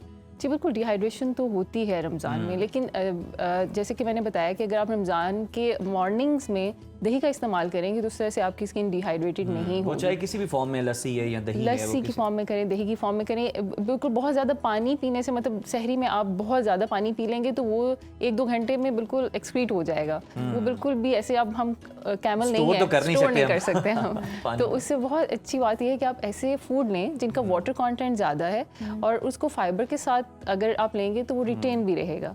तो खाली पानी जो है वो जितना भी पी लेंगे वो निकल जाएगा, तो बेटर है कि स्किन टाइप्स के बारे में बताइएगा। जैसे कहा जाता है कि अगर किसी की ऑयली स्किन है तो एक्नी उसे हो सकती है, अगर या किसी की ड्राई स्किन है तो उस पर जो लाइंस हैं वो ज़रा जल्दी आ जाती हैं, तो कैसे किसी को पता चलेगा कि उसकी ऑयली स्किन है, ड्राई स्किन है? जी बिल्कुल, ये बड़ा अच्छा सवाल आपने किया है। ऑयली स्किन का हमेशा पता चलता है जैसे ही आप मॉर्निंग में सो के उठते हैं, तो आपको पता होगा कि जिनकी ऑयली स्किन है वो फ़ौरन उनको पता चल जाता है कि नोज़ की टिप के ऊपर ऑयल आया हुआ है, या आपकी टी जोन एरिया में ऑयल आया होता है। आप जैसे ही उठ के देखते हैं मिरर में, वॉशरूम जाते हैं, तो आपको यहाँ ये चीज़ चमक रही होती है, या आप टिश्यू पेपर लेंगे, उसको वाइप करेंगे तो उसके ऊपर भी ऑयल की एक लेयर आ जाएगी। तो ये तो आपकी ऑयली स्किन की निशानी है। तो जो ऑयली स्किन वाले होते हैं उनकी बहुत पोर्स ब्लॉक होने की उनकी टेंडेंसी है कि उनको एक्नी और कील वहाँ से निकलेंगे। ड्राई स्किन का कहने की ज़रूरत नहीं है, उनकी स्किन खिंची रहेगी बेचारों बता की, देती है वो खुद ही बता बहुत देती ड्राई है। हुई हुई हूँ। एग्जैक्टली तो इसलिए उसके फिर इलाज या उसकी कॉस्मेटिक्स, उसकी स्किन केयर डिफरेंट है, हर स्किन टाइप की स्किन केयर डिफरेंट है। तो अगर इन दोनों की, जिनका हमने डिस्कस किया ही नहीं, कब अगर आप हमें बता दें ऑयली स्किन वालों को क्या करना चाहिए और जिनकी ड्राई है उनके लिए क्या हाल है? अच्छा, अब अगर हम रमज़ान के हवाले से बात जी। करें तो देखिए, ऑयली स्किन वालों को हमेशा मैं रमज़ान आने से पहले ही बताना शुरू कर देती हूँ कि आपके पकोड़े समोसे बंद हैं बिल्कुल। आप पकोड़े जिनकी oily समोसे, है। जी बिल्कुल, वो फ्राइड चीज़ें नहीं खा सकते क्योंकि फ्राइड चीज़ें ट्रिगर हैं एक्नी का, कील महासे का, तो वो तो उसको बिल्कुल अवॉइड करेंगे। लेकिन हाँ, जो ड्राई स्किन वाले हैं वो थोड़ी खा सकते हैं क्योंकि उनको इतने कील महासे नहीं निकलेंगे। लेकिन ड्राई स्किन वालों को अगेन ऐसी चीज़ें खानी है जिनका ग्लाइसेमिक इंडेक्स लो है और जिसका वाटर कंटेंट ज़्यादा है। ग्लाइसेमिक इंडेक्स में कौन सी चीज़ें आती हैं? जो भी शुगरी कंटेंट होता है, जिनमें ज़्यादा बेकरी आइटम्स हो गए, ये सब चीज़ें जिसमें शुगर का कंटेंट बहुत ज़्यादा है, ये फाइन कार्ब्स बहुत ज़्यादा हैं, वो आपकी स्किन को डैमेज करते हैं। आप देखेंगे कि जैसे ही आप ये सारी चीज़ें खाने के बाद थोड़ा सा वेट गेन शुरू करते हैं तो डिसपिगमेंटेशन होना शुरू हो जाती है, ख़ासतौर पे आपकी गर्दन काली होना शुरू हो जाती है, इंटीमेट एरियाज़ काले होना शुरू हो जाते हैं और अल्टीमेटली वो पूरी आपकी स्किन ही डिसपिगमेंटेशन का शिकार हो जाती है, यानी कि ज़्यादा डार्क टोन में चली जाती है। तो इसलिए ये शुगरी कंटेंट वाले, जो भी मीठे वाले या फाइन कार्ब्स वाले खुराक है, उसको आपने अवॉइड करना है। कील महासे वाले अपनी ऑयली डीप फ्राइड चीज़ों को अवॉइड करेंगे और योगर्ट का इस्तेमाल मस्ट है। अच्छा, मैं लास्ट में पूछूंगी, आजकल हम लोग ना सोशल मीडिया पे देख रहे हैं कि फेस एक्सरसाइजेस, क्या वो फ़ायदेमंद हैं? जी बिल्कुल बिल्कुल, बहुत ज़्यादा। फेस योगा बहुत ज़्यादा फ़ायदेमंद है क्योंकि देखें, हमारे जैसे अभी आपने बात की सूजन हो जाती है अक्सर, जब मैं भी रात की नींद कम लूँ तो मेरी आंखों पे भी सूजन आ जाती है, तो उसमें आप ख़ास किस्म के योगाज़ हैं। टैपिंग करने से स्किन बिल्कुल। ग्लो होगी आपकी? बिल्कुल, बहुत अग्रेसिव नहीं करें, लेकिन उसके खास टेक्निक्स हैं, बिल्कुल सॉफ्टली। कुछ टेक्निक्स ऐसी हैं जो आप यूट्यूब पे जाएंगे, आप देखेंगे, बेशुमार हैं अब तो। बेशुमार हैं, तो आपको पता चल जाएगा। और बड़ी अच्छी गाइडलाइंस उन्होंने दी होती हैं कि कैसे कैसे आपने अच्छा करना है। कंसर, नींद की बात हो रही थी तो ये भी हो सकता है, कुछ लोग कहते हैं अगर आज हमें नींद पूरी करने का मौका नहीं मिला, हम 3 घंटे सोए हैं, तो कल हम ज़्यादा सो लेंगे, तो वो उसका रिप्लेसमेंट हो सकती है इस तरह हो से? सकता है, बिल्कुल हो सकता है। हम वीकली बेसिस पे चलते हैं, हमारी बॉडी का अल्लाह ताला ने निज़ाम ऐसा बनाया है कि सही। हम वीकली बेसिस पे चल रहे होते हैं। तो ये बहुत अच्छी बात है। अगर आप पूरा हफ्ता नहीं कर सके तो संडे और छुट्टी वाले सैटरडे दिन आप सो अब लें, बिल्कुल नींद सोएं, पूरी 24 करें। घंटे सोएं। लेकिन अपनी नींद पूरी करें, नींद पूरी अच्छा करें। खाएं, साफ खाएं, तो आपकी जो स्किन है वो ग्लो भी करेगी और बेहतर भी रहेगी। डॉक्टर साहिबा, बहुत शुक्रिया Thank you so programme much. में शिरकत करने के लिए। यहाँ पर वक्त हुआ एक ब्रेक का, ब्रेक के बाद वापस आएंगे। आप देखते रहिए सदाए रमज़ान। नाज़रीन, रमज़ानुल मुबारक का महीना हमें नेकी, हमदर्दी और इंसानियत की खिदमत का दर्स देता है। इस बाबरकत महीने में हम उन इदारों को खिराज तहसीन पेश करते हैं जो दुखी इंसानियत के लिए बेलौस खदमात अंजाम दे रहे होते हैं। ऐसा ही एक नाम सुंदस फाउंडेशन है जो थैलेसीमिया, हेमोफीलिया और ब्लड कैंसर जैसे मोहलिक अमराज पर मुब्तला बच्चों के लिए उम्मीद की किरण बनकर काम कर रहा है। बिल्कुल, पाकिस्तान में थैलेसीमिया, हीमोफीलिया और खून की दीगर बीमारियों में मुब्तला मरीजों के लिए इलाज की सहूलियात इंतहाई महदूद हैं। सुंदस फाउंडेशन ने इसका बीड़ा उठाया हुआ है और हज़ारों जिंदगियों को बचाने के लिए मुफ्त तिब्बी सहूलियात फराहम की जा रही हैं। सुंदस फाउंडेशन किस तरह दुखी इंसानियत की बेलौस खिदमत कर रही है और किस तरह हज़ारों मरीजों की ज़िंदगी के लिए उम्मीद की किरण बनी हुई है, इसी पर ही बात करने के लिए हमारे साथ स्टूडियोज में मौजूद हैं सुंदस फाउंडेशन के medical director doctor Adnan Gilani साहब। अस्सलाम वालेकुम सर, बहुत शुक्रिया प्रोग्राम में शिरकत करने के लिए। सर, सबसे पहले बताइएगा कि रमज़ान के महीने में इस इदारे की बुनियाद रखी गई, इसके पीछे क्या सोच थी, क्या मुहर्रिकात थे? बिस्मिल्लाहिर्रहमानिर्रहीम। सबसे पहले तो आप लोगों का बहुत बहुत शुक्रिया कि आपने इतनी खूबसूरती से हमको मैसेज दिया सुंदस फाउंडेशन का। रमज़ानुल मुबारक में स्टार्ट लेने का असल में वजह यही थी कि हमारे प्रेसिडेंट हैं मोहम्मद यासीन खान साहब, वो गुजरांवाला से सुंदस फाउंडेशन स्टार्ट हुआ था। उस वक्त रमज़ानुल मुबारक में ज़्यादातर ये होता है कि ब्लड की डोनेशंस का मामला ज़रा थोड़ा सा कम हो जाता है और ये वाले मरीज़ जो हैं बहुत सफ़र करते हैं। ख़ास तौर पे वो मरीज़ जो फार फ्लंग एरिया में रहते हैं और उनके पास किसी अच्छे ऐसे सेंटर की एक्सेस नहीं है, तो उस ब्लड के लिए उन लोगों को सफ़र करना पड़ता है दूसरी जगह पे जाने का। इस चीज़ को जहन में रखते हुए हमने ये फ़ैसला लिया कि क्यों ना गुजरांवाला जैसे शहर जहाँ पे इस तरह की फैसिलिटीज़ कम है हमें स्टार्ट लिया जाए और ऐसे मंथ में लिया जाए जिसमें वाकई ब्लड डोनेशंस का प्रॉब्लम होता है और लोगों को ट्रैवल करके बड़े बड़े शहरों में जाना पड़ता है। इस रीज़न की वजह से रमज़ानुल मुबारक से हमने स्टार्ट लिया और सुंदस फाउंडेशन का पहला जो सेंटर है वो 22 रमज़ानुल मुबारक को गुजरांवाला में शुरू हुआ। अच्छा डॉक्टर साहब, हमें ये बताइएगा कि सुंदस फाउंडेशन काम किस तरह से करती है और इस वक्त किन किन शहरों में आपके सेंटर्स मौजूद हैं और कितने बच्चे हैं जिनकी खून की तब्दीली का अमल किया जाता है? सुंदस फाउंडेशन में जिस तरह हमने पहले जिक्र किया, थैलेसीमिया, हीमोफीलिया या खून से रिलेटेड कोई भी डिसऑर्डर है, अगर उसको कोई ब्लड या ब्लड का कंपोनेंट लगना है और फॉर लाइफ लगता रहना है, ऐसे तकरीबन कोई 8000 के करीब रजिस्टर्ड केसेस हैं हमारे पास।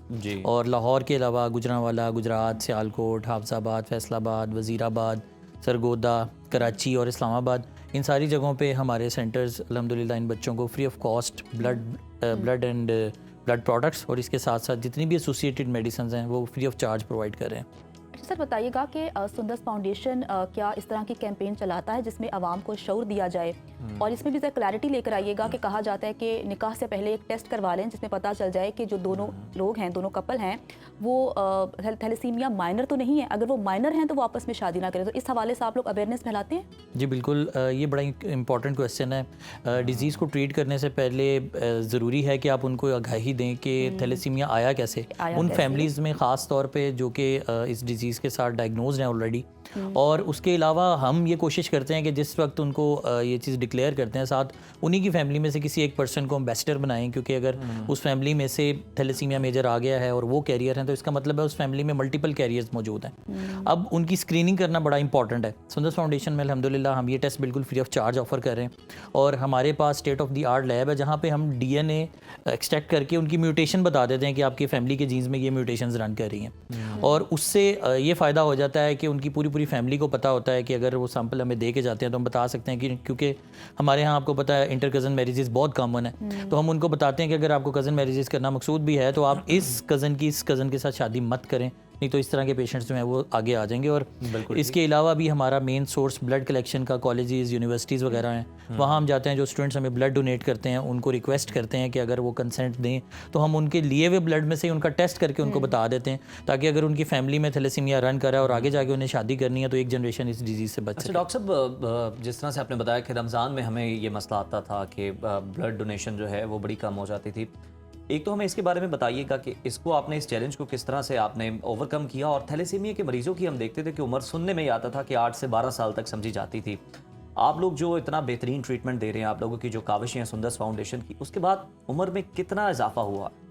देखिए, बात यह है कि कलेक्शन जो है वो ब्लड की वो बहुत इंपॉर्टेंट है, और जब तक आपका इदारा क्रेडिबल नहीं है, आप किसी इंस्टीट्यूशन से बिलोंग कर रहे हैं, किसी ऐसी फैक्ट्री से बिलोंग कर रहे हैं, या कोई भी ऐसे इदारा जहाँ पे आपके पास ज़्यादा सारे एम्प्लॉइज़ काम कर रहे हैं, तो वहाँ पे उस वक्त तक ब्लड कैंप्स नहीं लगते जब तक उनको ये ना यकीन हो जाए कि उनका जो दिया हुआ खून है वो सही जगह इस्तेमाल हो रहा है या सही मरीज़ों तक जा रहा है। तो अल्हम्दुलिल्लाह पिछले 27 सालों से सुंदस फाउंडेशन काम कर रहा है, और अल्लाह की मेहरबानी से पंजाब के अंदर सबसे ज़्यादा ब्लड कलेक्शन जो है वो सुंदस फाउंडेशन की है।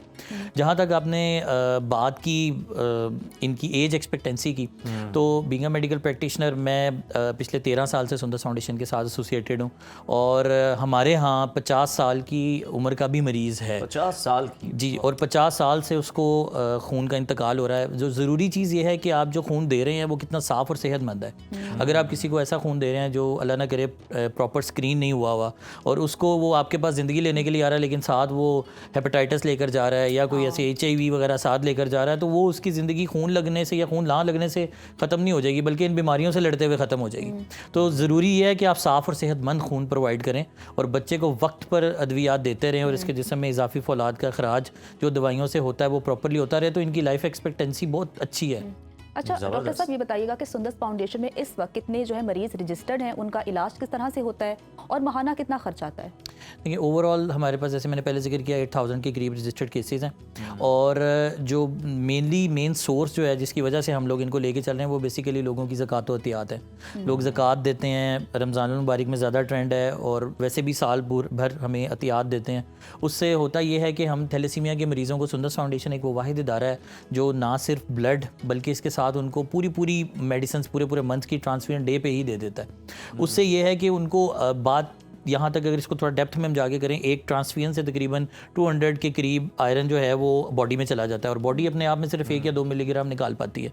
अब उस आयरन को निकालने के लिए जो दवाइयों की ज़रूरत होती है वो बहुत एक्सपेंसिव है, यानी एक 20 साल का जो मरीज़ है उसका तकरीबन 60 से 70,000 के करीब सिर्फ और सिर्फ मेडिसिन पे एक्सपेंडिचर आ जाता है। डॉक्टर साहब, अगर हम ओवरऑल बात कर लें, चूँकि कुछ लोग देख रहे हैं हमें जो कि डोनर्स हैं, डोनेट करना भी चाहते हैं, उनके अंडरस्टैंडिंग के लिए भी, अगर ये एक बच्चा आपके पास आता है, उसका प्राइवेटली इलाज हो रहा हो तो कितना उस पर एक्सपेंस आ जाता है? देखिए, अगर तो वो उसकी एज ग्रुप कोई 15 से 25 साल के दरमियान में है तो उसको मंथ में तकरीबन 4 बैग्स ब्लड के लगेंगे। ओके। और इसके साथ उसकी जो मेडिसिन हैं वो तकरीबन 40 से 50,000 की उसकी मेडिसिन है। और अगर आप ओवरऑल उसको देखें तो ये पेशेंट जो है वो हमें तकरीबन 70 से 80,000 पर मंथ में पड़ जाता है। और इस तरह की डिजीज़ से फाइट करते हुए किसी को अगर इस लेवल का साफ़ सुथरा आपने खून देना है तो ये सारा एक्सपेंडिचर आपका उसके ऊपर आएगा। अच्छा सर, सुंदस फाउंडेशन की अगर हम मुस्तकबिल की बात करें तो मुस्तकबिल में आप लोग क्या इरादा रखते हैं, आपके क्या गोल्स हैं और किन शहरों में आप मराकज़ खोलना चाह रहे हैं?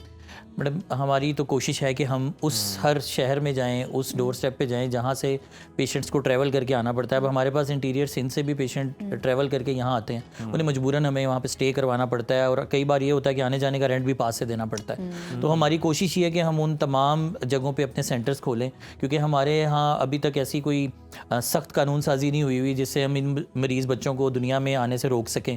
हर 500 में तकरीबन हर 500 बर्थ में एक बर्थ थैलेसीमिया मेजर के साथ हो रही है। तो हम ये चाहते हैं कि उनकी डोर स्टेप तक ये फैसिलिटीज़ जाएँ और उनको हम लोग मुल्क के उन तमाम हिस्सों में अपने सेंटर्स खोलें और उनको साफ़ और सेहतमंद ट्रीटमेंट जो है वो प्रोवाइड कर सकें। अच्छा सर, अब ये भी देखा था कानून साजी की बात हुई थी तो पाकिस्तान में थैलेसीमिया के खात्मे के लिए ये शादी से पहले ये स्क्रीनिंग का, खून की स्क्रीनिंग जो थी इसे लाजमी करार दिया गया, लेकिन लोग इसे संजीदा नहीं लेते। क्या मैसेज आप देना चाहेंगे उन्हें? देखिए, मैं पब्लिक से रिक्वेस्ट करूंगा कि आप लोग आगे बढ़ें, अपना थैलेसीमिया का टेस्ट ज़रूर करवाएं। देखिए, बाज़ औक़ात ये होता है हमारे यहाँ, क्योंकि ट्रेंड है कि फैमिलीज़ में कहते हैं मेल्स का टेस्ट करवाएंगे तो मेल ईगो हर्ट हो जाएगी, फीमेल का करवाएंगे तो और प्रॉब्लम सामने आ जाएंगे। इसमें ज़रूरी नहीं है कि दोनों का ही टेस्ट हो। अगर आप किसी एक का भी टेस्ट करवा लेते हैं और वो नॉर्मल होता है तो दूसरे पार्टनर के करवाने की ज़रूरत नहीं है। मतलब आपने आगे फैमिली के अंदर जीन्स में थैलेसीमिया कैरियर जा सकते हैं, थैलेसीमिया मेजर नहीं आ सकता।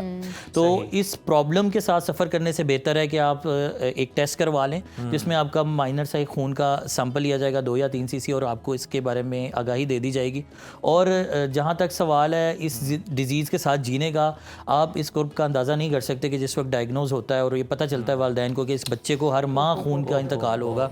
और जहाँ तक बात आती है कि हमारे यहाँ ये ट्रेंड है कि लोग कह देते हैं कि चंद साल तक ज़िंदा रहेगा, तो आप सोचें कि उन पेरेंट्स के ऊपर क्या बीतती होगी कि अगर वो शादी से पहले अपना एक मामूली सा टेस्ट करवा लेते और ऐसी ज़िंदगी बच्चे को जीने से या साथ उसके खुद पेरेंट्स जो ज़्यादा सफ़र करते हैं तो इससे बच जाते हैं।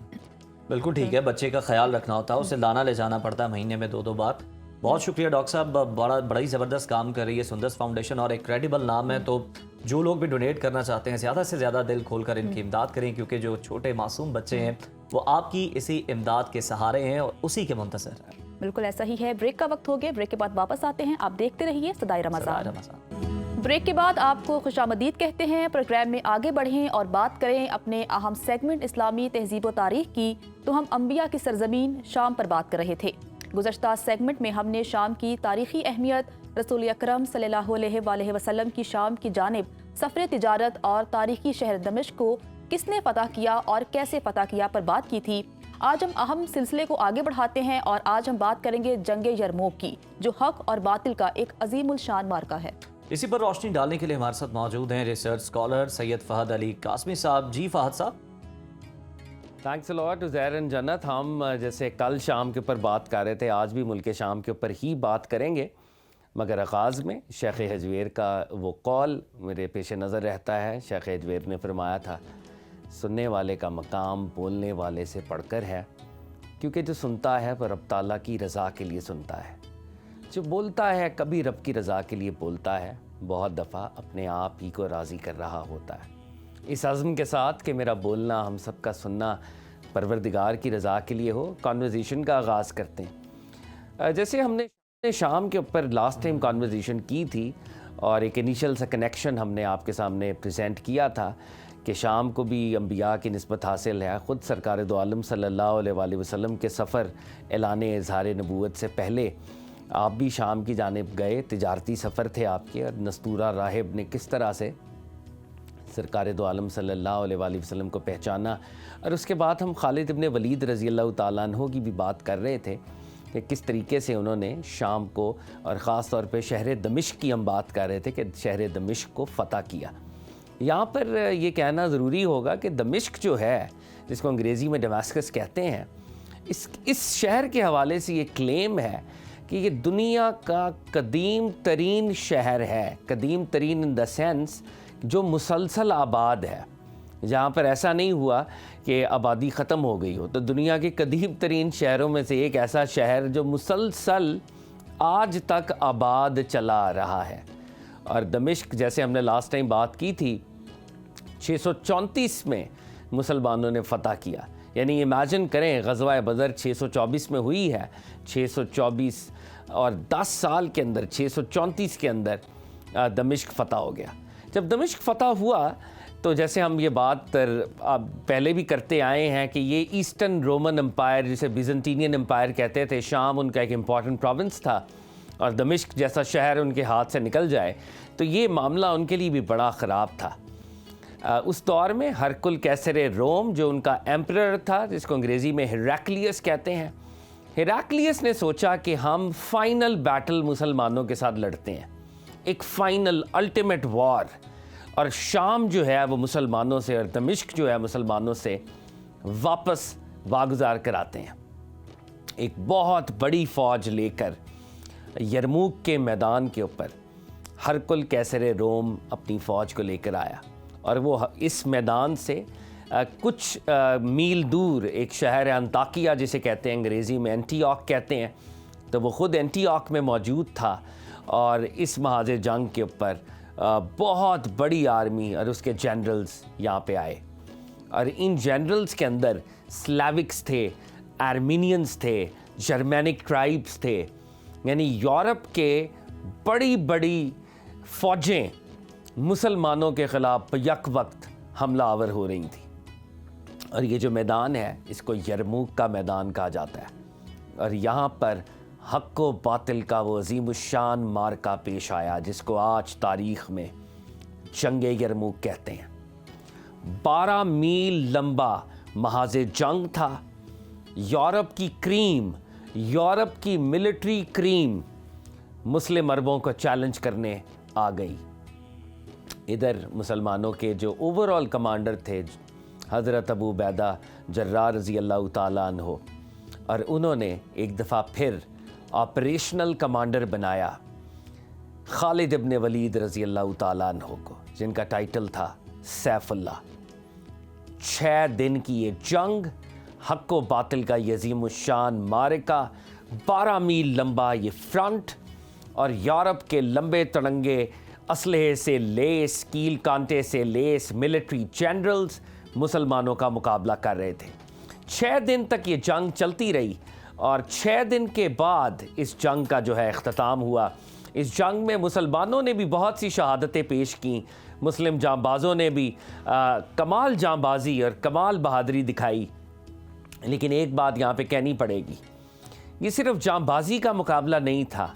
खालिद इब्न वलीद की वो जो मिलिट्री प्रोएस थी, वो जो उनका टैक्टिकल होना था, वो जो उनकी मिलिट्री स्ट्रैटेजी थी, और इसीलिए दुनिया में उनको all times one of the best generals आज तक माना जाता है। बरतानिया की, यूरोप की मिलिट्री एकेडमीज़ में खालिद इब्न वलीद की मिलिट्री स्ट्रैटेजीज़ पढ़ाई जाती हैं। यरमूक के अंदर गो के मुसलमानों के नंबर्स कम थे, लेकिन खालिद इब्न वलीद एक मिलिट्री टैक्टिक इम्प्लीमेंट किया करते थे, जिसको डबल एनवेलपमेंट कहते हैं। उस दौर में मिलिट्रीज़ के फ्लैंक्स होते थे, लेफ़्ट फ्लैंक, राइट फ्लैंक, मेमना, मैसरा। ये अपनी कैवलरी यानी अपने घुड़सवारों की मदद से उन फ्लैंक्स के ऊपर हमला करते थे, यक वक्त हमला करते थे, सुर्रत के साथ हमला करते थे, और डबल एनवेलपमेंट एनिमी को हैरान कर देती थी। और जब ये जंग अपने जोबन पर थी, खालिद इब्न वलीद रज़ी अल्लाह ताला अन्हु की कैलकुलेशन थी कि ये हम 6ठे दिन इंशाअल्लाह प्रिवेल करेंगे। तो इन्होंने 5वां दिन जब गुजरा है, तो रात को अपने घुड़सवारों को एनिमी के रैंक्स के अंदर पेनिट्रेट करवाया रात के अंधेरे में, और एक पुल था जहाँ से दुश्मन कल को पसपाई इख्तियार करते हुए भागते हुए जा सकता था। रातों रात अपने मुहाफिजों को, अपने मुजाहिदों को, जांबाजों को उस पुल के ऊपर पोस्ट किया। और छठे दिन जब European armies, Slavics, Armenians, Germanic tribes वो वापस जा रहे थे, उस पुल के ज़रिए पसपाई इख्तियार करना चाह रहे थे, तो वहाँ पर ऑलरेडी मुसलमानों के जांबाज मौजूद थे। सहाबा और ताबईन की आर्मी जो वहाँ पे मौजूद थी और उस आर्मी की कमर टूट गई। जंगे यरमूक मुस्लिम तारीख़ में नहीं, आलमी तारीख़ का एक टर्निंग पॉइंट है। अगर यरमूक में मुसलमानों को फ़तह ना होती तो शायद आलमी तारीख़ आज मुख्तलिफ होती। मुसलमानों को शानदार फ़तह नसीब हुई। यरमूक एक पैराडाइम शिफ्ट था और अंताकिया में बैठा हुआ सीज़र, हेराक्लियस, हरकुल कैसर रोम वापस जा रहा है कस्तंतुनिया की तरफ, जो उसका दारुल हुकूमत था, और वो बार बार अपनी आंखों में आंसुओं के साथ ये कहता था, अलविदा ए शाम, अलविदा ए शाम। ये वाक़या 636 का है और 636 से लेकर आज तक शाम मुसलमानों के ही कंट्रोल में है। तो जंगे यरमूक एक बहुत ही शानदार एक माइलस्टोन है। जब शाम की बात होगी तो यरमूक की बात ज़रूर होगी। और ये बात याद रहे कि ये दमास्कस की फ़तह के बाद, दमिश्क फ़तह होने के बाद मुसलमानों को ये मार्का लड़ना पड़ा। हम जब तारीख़ के अंदर देखते हैं तो तारीख़ के अंदर बहुत से एब्स एंड फ्लोज़ हैं, उतार चढ़ाव हैं, और इसी दमिश्क के अंदर मैं ये शेयर करना चाहता हूँ कि तारीख़ के डिफरेंट माइलस्टोन्स और डिफरेंट रेलिक्स यहाँ पे एग्जिस्ट करते हैं। यहाँ पर एक ग्रेवयार्ड है, कब्रिस्तान है, जिसे बाबे सगीर कहते हैं। बाबे सगीर में 300 सहाबा कराम महवे आराम है। और उस कब्रिस्तान में जो सबसे बड़ी हस्ती जो हमारे दिलों के बहुत करीब है, आशिकों के इमाम सरकार दो आलम सल्लल्लाहु अलैहि वसल्लम के बहुत बड़े आशिक सैयदना बिलाल भी दफन है, मौज़ने रसूल। ये वही बिलाल हैं जो जिनको सरकार दो आलम सल्लल्लाहु अलैहि वसल्लम ने मुस्तकिलन अज़ान देने की ड्यूटी इनायत फरमाई। और ये वही बिलाल हैं कि जब मक्का फ़तह हुआ है और लोग देख रहे हैं कि आज अज़ान कौन देगा, तो बिलाल हबशी रज़ी अल्लाह ताला अन्हो को काबे की छत के ऊपर खड़े होकर अज़ान देने का हुक्म सरकार दो आलम ने इनायत फरमाया। और ये वो आशिक है सरकार दो आलम सल्लल्लाहु अलैहि वसल्लम का कि जब आका का विसाल हुआ, आका ने पर्दा फरमाया सल्लल्लाहु अलैहि वसल्लम, तो इस आशिक ने अज़ान देना तर्क कर दी। और सिर्फ 2 अज़ानें दी। एक जब मुसलमानों ने बैतुल मक़दस फ़तह किया तो जनाब उमर फ़ारूक रज़ी अल्लाह ताला अन्हु ने बिलाल हबशी को रिक्वेस्ट की कि जैसे आपने बैतुल्ला मक्का में अज़ान दी थी, आज किबला अव्वल हमने फ़तह किया अज़ान दें। तो किबला अव्वल भी अज़ान बिलाली से गूंज उठा। और एक दफ़ा जब आप दमिश्क में थे और क्योंकि सरकार दो आलम का विसाल हो चुका था, आपसे वो हालत फ़िराक बर्दाश्त नहीं होती थी, इसलिए आप मदीने को आपने छोड़ा था और आप दमिश्क में जो है तशरीफ़ रखते थे। ख्वाब में सरकार दो आलम सल्लल्लाहु अलैहि वसल्लम तशरीफ़ लाए और कहा, बिलाल तुम मुझसे मिलने नहीं आते। सरकार दो आलम को ख्वाब में ये पाया, ख्वाब में ये जुमला आपको अता हुआ, तो आप फ़ौरी तौर पे मदीने की तरफ आज़म सफ़र हुए। मदीने पहुँचे, सहाबा ने पुरतपाक अंदाज में इस्तकबाल किया। कहा, बिलाल हमें वो अज़ान सुनाइए जो आप सरकार दो आलम सल्लल्लाहु अलैहि वसल्लम के दौर में अज़ान दिया करते थे। सहाबा बिलाल हबशी से इसरार कर रहे हैं, बार बार कह रहे हैं वो अज़ान दें, मगर बिलाल हबशी रज़ी अल्लाह ताला अन्हो माजूरी का इजहार कर रहे हैं, मैं अज़ान नहीं दे सकता। 2 नन्हे बच्चे सामने आए, हसन और हुसैन, फरमाने लगे, चचा क्या वो अज़ान नहीं देंगे जो हमारे नाना के सामने प्रेजेंट करते थे? बिलाल हबशी ने शहज़ादों की बात को नहीं टाला, गुलदस्ता अज़ान पर आए, अज़ान देनी शुरू की। अज़ान तो वही सरकार दो आलम के दौर वाली थी, मगर बज़ाहिर सरकार दो आलम वहाँ पर तशरीफ़ फरमाना थे। बिलाल की अज़ान बुलंद हुई, पूरे मदीने के अंदर कोहराम बपा हो गया। सहाबी सहाबियात रोने लगे। ख़वातीन अपने टेरेसेस पे तशरीफ़ ले आईं कि अज़ान तो वही मदनी दौर वाली, प्रॉफिट के दौर वाली है, मगर बज़ाहिर सरकार दो आलम मौजूद नहीं। जैसे ही हज़रत बिलाल ने अशहदु अन्ना मोहम्मद रसूलुल्लाह का सल्लल्लाहु अलैहि वसल्लम और आका जहाँ पर तशरीफ़ रखा करते थे उस मकाम की तरफ अपना चेहरा किया और आका को ना पाया, तो बिलाल हबशी गश खाकर बेहोश हो गए और अपनी अज़ान को मुकम्मल न कर सके। इकबाल ने फरमाया था, अदाए दीद सरापा नयाज थी तेरी, किसी को देखते रहना नमाज थी तेरी, अज़ां अज़ल से तेरे इश्क का तराना बनी, नमाज उसके नज़ारे का एक बहाना बनी। बिलाल हबशी रज़ी अल्लाह ताला अन्हु भी शाम बाब सग़ीर में ही मदफून है। शाम पर मज़ीद गुफ्तगू हम करेंगे, एक दो बातें और मैं शेयर करना चाहूँगा। शाम का एक इंटरेस्टिंग कनेक्शन बर सग़ीर के साथ भी है, वो कनेक्शन आने वाले दिनों में आपसे शेयर करूँगा। उज़ैर जन्नत, आपका बहुत बहुत शुक्रिया। इस दुआ के साथ अल्लाह ताला हमें सहाबा किराम के नक्शे कदम पर चलने की तौफ़ीक इनायत फरमाए और सहाबा को जो इश्क़ रसूल था सल्लल्लाहु अलैहि वसल्लम, उसके चंद नूरानी कतरे आज के उम्मतियों को भी इनायत हों। आमीन या रब। बहुत शुक्रिया फ़हद अली कासमी साहब, आपने शाम की तारीख़, तहज़ीब और वहाँ पर कौन से अहम वाक़यात रूनुमा हुए, पेश आए, उससे मुतालिक आज तफसील में बताया।